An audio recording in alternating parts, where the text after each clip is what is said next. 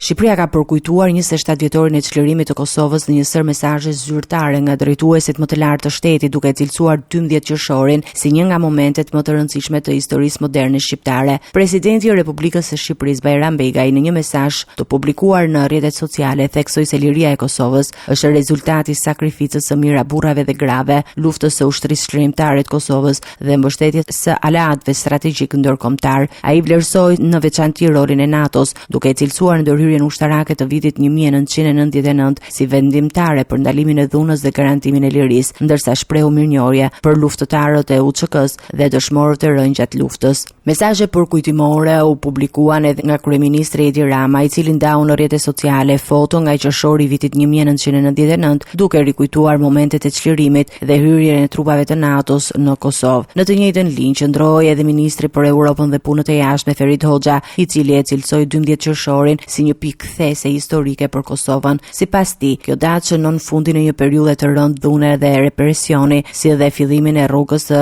shtetëndërtimit demokratik dhe konsolidimit institucional të Kosovës. Hoxha theksoi gjithashtu rëndësinë e ruajtjes së lirisë si përgjegjësi për brezat e ardhshëm. Në të njëjtën ditë, ish kryeministri Pandeli Majko vlerësoi se 12 qershori mbetet një simbol i sakrificës dhe i fitores së lirisë, duke theksuar se Shqipëria në atë periudhë kreu detyrën e saj historike. Në 12 qershor 1999, pas 78 ditësh bombardimesh në NATO, trupat e Aleancës së Veriatlantike hynë në Kosovë duke dhënë fund konfliktit dhe duke detyruar tërheqjen e forcave serbe. Pas kësaj, mbi 800.000 shqiptar u dëbuan, nisën kthimin në shtëpinë e tyre. Lufta e viteve 98-99 la pas mbi 13.500 viktima dhe mijëra të zhdukur, ndërsa pasojat e saj vijojnë të ndjehen edhe sot. Edhe pas gazit 34, ministri i NATO-s në Kosovë, KFOR, mbetet i pranishëm në garantimin e sigurisë dhe stabilitetit në Kosovë. Por vjetori është shënuar me omazhe dhe aktivitete përkujtimore në disa qytete, përfshirë Prikazin dhe Prishtinën, si dhe me ekspozita kushtuar rolit të forcave paqëruajtëse ndër vite, duke rikthyer në vëmendje një nga ngjarjet më vendimtare për historinë e rajonit.